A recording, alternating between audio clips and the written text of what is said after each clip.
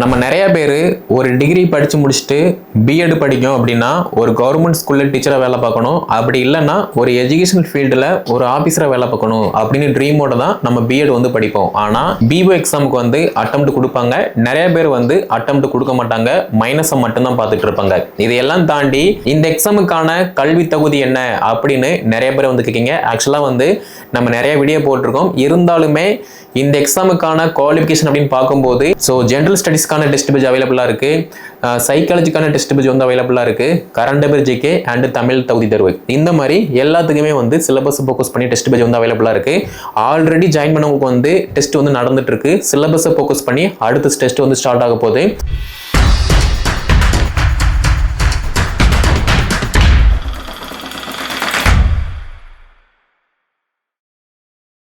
நம்ம நிறைய பேர் ஒரு டிகிரி படித்து முடிச்சுட்டு பிஎட் படிக்கும் அப்படின்னா ஒரு கவர்மெண்ட் ஸ்கூலில் டீச்சராக வேலை பார்க்கணும், அப்படி இல்லைன்னா ஒரு எஜுகேஷனல் ஃபீல்டில் ஒரு ஆஃபீஸராக வேலை பார்க்கணும் அப்படின்னு ட்ரீமோட தான் நம்ம பிஎட் வந்து படிப்போம். ஆனால் பிஎட் படித்து முடிச்சதுக்கு அப்புறமா ஒரு சிலர் மட்டும்தான் டெட் எக்ஸாம் அண்டு பிஓ எக்ஸாமுக்கு வந்து அட்டெம்ப்ட் கொடுப்பாங்க, நிறைய பேர் வந்து அட்டெம்ப்ட் கொடுக்க மாட்டாங்க, மைனஸை மட்டும்தான் பார்த்துட்டு இருப்பாங்க. இதையெல்லாம் தாண்டி டிஆர்பி போர்டு கடந்த வருடம் அதுக்கு முந்தின வருடம் அப்படின்னு பார்த்தோம் அப்படின்னா ஒரு 2 times வந்து பிளாக் எஜுகேஷன் ஆஃபீஸர் எக்ஸாம் வந்து கான்டக்ட் பண்ணியிருக்காங்க. ஸோ 2025லையுமே வந்து நடத்த போகிறாங்க. இந்த எக்ஸாமுக்கான கல்வி தகுதி என்ன அப்படின்னு நிறைய பேர் வந்து கேட்குங்க. ஆக்சுவலாக வந்து நம்ம நிறைய வீடியோ போட்டிருக்கோம், இருந்தாலுமே இந்த எக்ஸாமுக்கான குவாலிஃபிகேஷன் அப்படின்னு பார்க்கும்போது நீங்கள் யூஜி ப்ளஸ் பிஎட் படிச்சிருந்தீங்க அப்படின்னா கல்வி தகுதி, அதே மாதிரி integrate degree BSc BEd BSc BEd BA BEd ரெண்டும் சேர்ந்து படிச்சிருப்பாங்க, நீங்களுமே இந்த எக்ஸாமுக்கு வந்து எலிஜிபிள். அதே மாதிரி இந்த computer science same time commerce department நீங்கள் வந்து தகுதி கிடையாது, ஓகேவா? ஸோ மற்ற பாடம் படித்தவங்க இந்த எக்ஸாமுக்கு வந்து தகுதியானவர்கள். சேம் டைம் எக்ஸாம் பேட்டர்ன் என்ன அப்படின்னு கேட்டிங்க அப்படின்னா 2 எக்ஸாம் வந்து இருக்குது. ஃபர்ஸ்ட் எக்ஸாம் வந்து மெயின் எக்ஸாம், ரெண்டாவது எக்ஸாம் வந்து தமிழ் தகுதி தேர்வு. இந்த தமிழ் தகுதி தேர்வில் நீங்கள் பாஸ் பண்ணால் மட்டும்தான் உங்களோட மெயின் பேப்பரை வந்து வேலிஷனுக்கு எடுப்பாங்க. நீங்கள் தமிழ் தகுதி தேர்வில் ஃபெயில் ஆகிட்டீங்க அப்படின்னா உங்களோட மெயின் பேப்பரை எக்காரணம் கொண்டும் வேலிஷன் பண்ண மாட்டாங்க, ஓகே? ஸோ தமிழ் தகுதி தேர்வை பொறுத்த மட்டும் 6 to 12 வரைக்கும் ஸ்கூல் புக்கை படிச்சிங்க அப்படின்னா ஈஸியாக வந்து பாஸ் ஆகிடலாம், ஜஸ்ட் எலிஜிபிள் மட்டும்தான். அதே மாதிரி மெயின் எக்ஸாமை பொறுத்த மட்டும் 110 வினாக்கள் ஜென்ரல் ஸ்டடீஸு. இதில் பார்த்தீங்கன்னா தமிழ் இருக்கும், இங்கிலீஷ் இருக்கும், மேக்ஸ் இருக்கும், physics, chemistry, botany, zoology, history, geography, economic, INM, polity, இந்த மாதிரி எல்லாமே சேர்ந்த கலவையாக வந்து 110 வினாக்கள் இருக்குது, 110 மதிப்பெண்கள், ஓகே? 30 மதிப்பெண்கள் வந்து கல்வி உளவியல் எஜுகேஷனல் சைக்காலஜி. இது நீங்கள் படித்த BEd first sem, second sem, fourth செம், இது மட்டும் இல்லாமல் மத்திய அளவில் மாநில அளவில் உள்ள மிக முக்கியமான கல்வி திட்டங்கள்ல இருந்து வினாக்கள் கேட்பாங்க, ஓகேவா? இது வந்து 30 mark. 10 mark as usual GK current அஃபேர்லேருந்து கேட்பாங்க, இதுவுமே வந்து மஸ்ட் இம்பார்ட்டன்ஸ். அப்போது டோட்டலாக 150 வினாக்கள் இருக்குது, 150 மதிப்பெண்கள். இது எல்லாமே ஈஸியாக கஷ்டமானு கேட்டிங்க அப்படின்னா ரொம்ப ஈஸி. நீங்கள் ஒரு கவர்மெண்ட் ஆஃபீஸில் அதுவும் ஒரு பிஓ ஆஃபீஸராக ஆகணும் அப்படின்னு கனவு இருக்குது அப்படின்னா இந்த எக்ஸாமுக்கு தாராளமாக வந்து அட்டெம்ப்ட் கொடுக்கலாம். நிறைய பேர் வந்து நான் ஒரு டிகிரி படிச்சிருக்கேன், குரூப் 4 தான் படிப்பேன், குரூப் 4 தவிர வேறு எந்த எக்ஸாமுக்குமே வந்து அட்டன் பண்ண மாட்டேன், 10ல் 11 நானும் இருப்பேன் அப்படின்னு முட்டி மோதி நிற்பாங்க.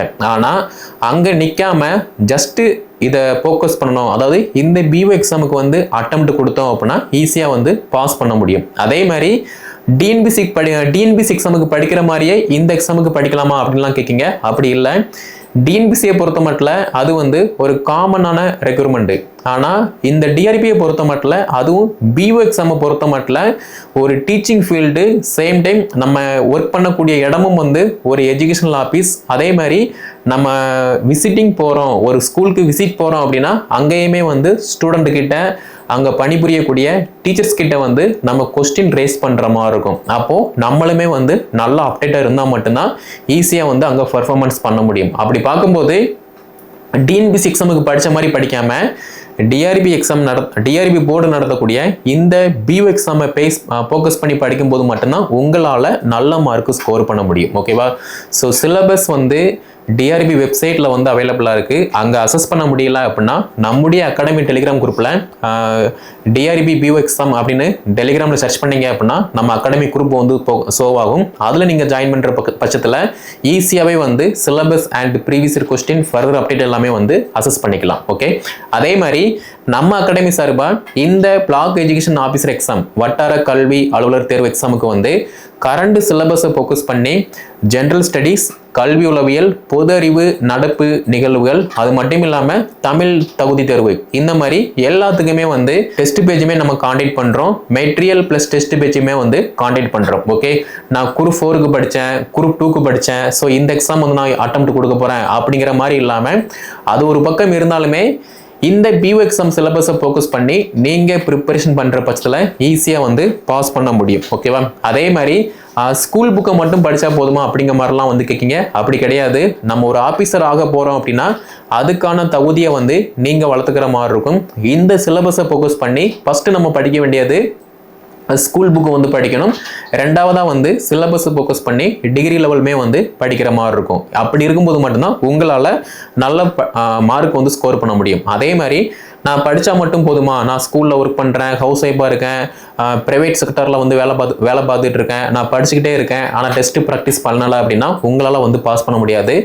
யாரெல்லாம் டெஸ்ட்டு ப்ராக்டிஸ் பண்ணுறாங்களோ அவங்களால மட்டும்தான் ஒரு போட்டித் தேர்வை வந்து ஈஸியாக சக்ஸஸ்ஃபுல்லாக வந்து பாஸ் பண்ண முடியுமே தவிர சும்மா 10ல் 11 நானும் படிக்கேன் அப்படின்னு புக்கு படிச்சிங்க அப்படின்னா பாஸ் பண்ண முடியாது, மார்க் எடுக்க முடியாது. ஓகே, அதே மாதிரி 3 ஹவரில் நம்ம 150 வினாக்கள் வந்து அட்டன் பண்ண போகிறோம். அப்படி பார்க்கும்போது ஒவ்வொரு வினாக்களுமே வந்து மஸ்ட் இம்பார்ட்டன்ஸ். அப்படி இருக்கும்போது நீங்கள் ஒவ்வொரு வினாவுமே வந்து நம்ம வெற்றி தீர்மானிக்கக்கூடியது அப்படின்னு கவனத்தோட அட்டன் பண்ணும்போது மட்டும்தான் உங்கள் வெற்றி வந்து தீர்மானிக்கப்படுது. ஓகேவா, ஸோ டெஸ்ட் பேஜ் வந்து must importance.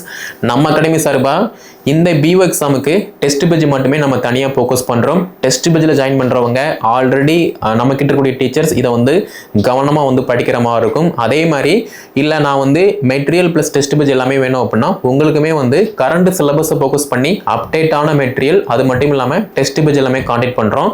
So general ஸ்டடீஸ்க்கான test page அவைலபிளாக இருக்குது, சைக்காலஜிக்கான டெஸ்ட் பேஜ் வந்து அவைலபிளாக இருக்குது, current affair GK and Tamil தகுதி தேர்வு, இந்த மாதிரி எல்லாத்துக்குமே வந்து சிலபஸ் ஃபோக்கஸ் பண்ணி டெஸ்ட் பேஜ் வந்து அவைலபிளாக இருக்குது.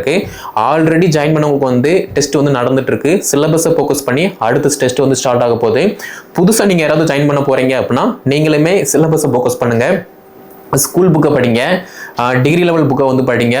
சிலபஸில் உள்ளதை மட்டும் படித்தா போதும், சிலபஸை தாண்டி ஒருபோதும் படிக்க வேண்டாம். படித்தா மட்டும் பத்தாது, டெஸ்ட் ப்ராக்டிஸ் வந்து போட்டு பாருங்கள். நீங்கள் எந்த அளவுக்கு டெஸ்ட் ப்ராக்டிஸ் பண்ணுறீங்களோ அதை பொறுத்து உங்களுடைய வெற்றி வந்து தீர்மானிக்கப்படுது, நல்ல மதிப்பெண்கள் வந்து எடுக்க முடியும். ஓகேவா, ஸோ ஆல்ரெடி நம்ம கிட்ட இருக்கக்கூடிய டீச்சர்ஸ்க்கு வந்து பார்த்தீங்க அப்படின்னா ஃபவுண்டேஷன் டெஸ்ட் வந்து போய்கிட்டு இருக்கு. இதுக்கப்புறமா சிலபஸை ஃபோக்கஸ் பண்ணி டிகிரி லெவல் டெஸ்ட் வந்து நம்ம வந்து காண்டக்ட் பண்ண போகிறோம். ஆல்ரெடி இருக்கிறவங்களுக்கு இது வந்து சூட்டபிள் இருக்கும். அதே மாதிரி புதுசாக நம்ம அகாடமியில் ஜாயின் பண்ணுறவங்களுக்குமே இது வந்து சூட்டபிளாக இருக்கும். ஓகேவா, ஸோ கீழே டிஸ்கிரிப்ஷனில் வாட்ஸ்அப் நம்பர், கான்டாக்ட் நம்பர், அது மட்டும் இல்லாமல் டெலிகிராம் லிங்க் கொடுத்துருக்கேன். அதில் நீங்கள் ஜாயின் பண்ணுற பட்சத்தில் ஈஸியாக வந்து இதுக்கு தேவையான எல்லா பயிற்சியுமே வந்து நீங்கள் அசஸ் பண்ணி படிக்க முடியும். ஸோ இந்த வீடியோ தொகுப்பை யூஜி ப்ளஸ் பிஎட் படித்தவங்க, இன்டகிரேட் பிஎட் படித்தவங்க, இவங்க எல்லாத்துக்குமே ஷேர் பண்ணுங்கள். அவங்களும் வந்து படித்து பயன்படுத்தும். நம்முடைய சேனலை சப்ஸ்கிரைப் பண்ணல அப்படின்னா சப்ஸ்கிரைப் பண்ணிக்கோங்க. அடுத்தடுத்த வீடியோ தொகுப்பில் இந்த பிஓ எக்ஸாம் பற்றின அப்டேட்டை வந்து பார்க்கலாம்.